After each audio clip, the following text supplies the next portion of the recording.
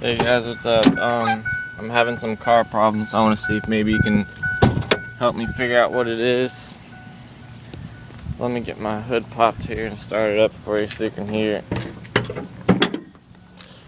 I got this ticking and I can't tell if it's an exhaust leak, if there's a slight exhaust leak, or if it's timing.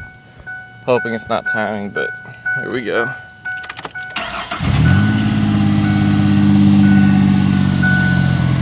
Can't really hear it unless it's in gear.